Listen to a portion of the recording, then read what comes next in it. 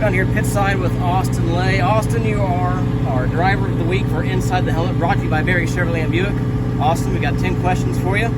Here we go. What's your favorite track in Ohio? Favorite track in Ohio, I would probably have to say right now Moeller Raceway Park, just because I really like those short bull ring racetracks. But you know, Portsmouth Raceway Park's a really good track as well, and looking forward to getting with it tonight. Prefer a tacky track or a slick track? I prefer a slick track, just because that's what my dad really liked when he was racing and still racing, and I grew up watching that. Same with Scott Bloomquist, just those guys I really admired growing up, and I think it's better to race in the slick, just because guys are more destined to make mistakes, and I think it's just overall better racing that way. Favorite place to go on vacation? I'd have to say probably Okaloosa Island, and right by Destin, Florida. It's a good place to go to and just hang out for a week or so.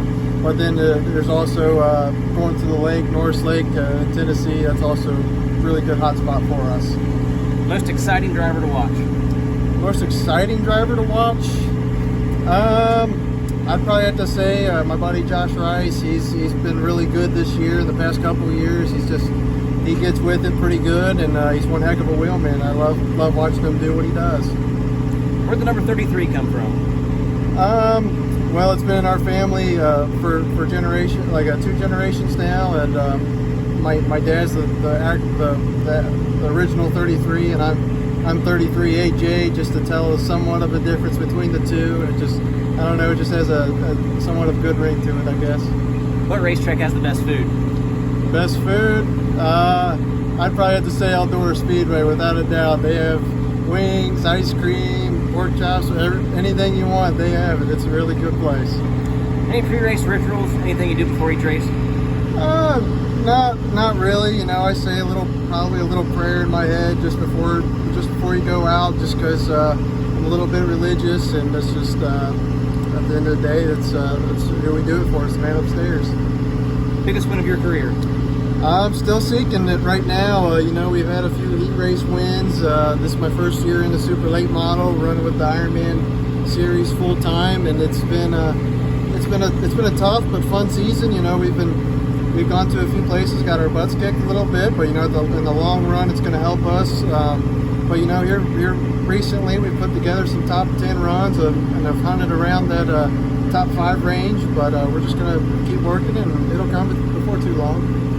Who would you call dirt racing's GOAT, greatest of all time? Dirt racing's GOAT. I would probably have to say Scott Bloomquist. You know, I think Scott's number 1. I think Billy's number 2. They're both for sure the greatest of all time. But if I had to pick one, if a gun was to my head, I'd have to say Scott Bloomquist.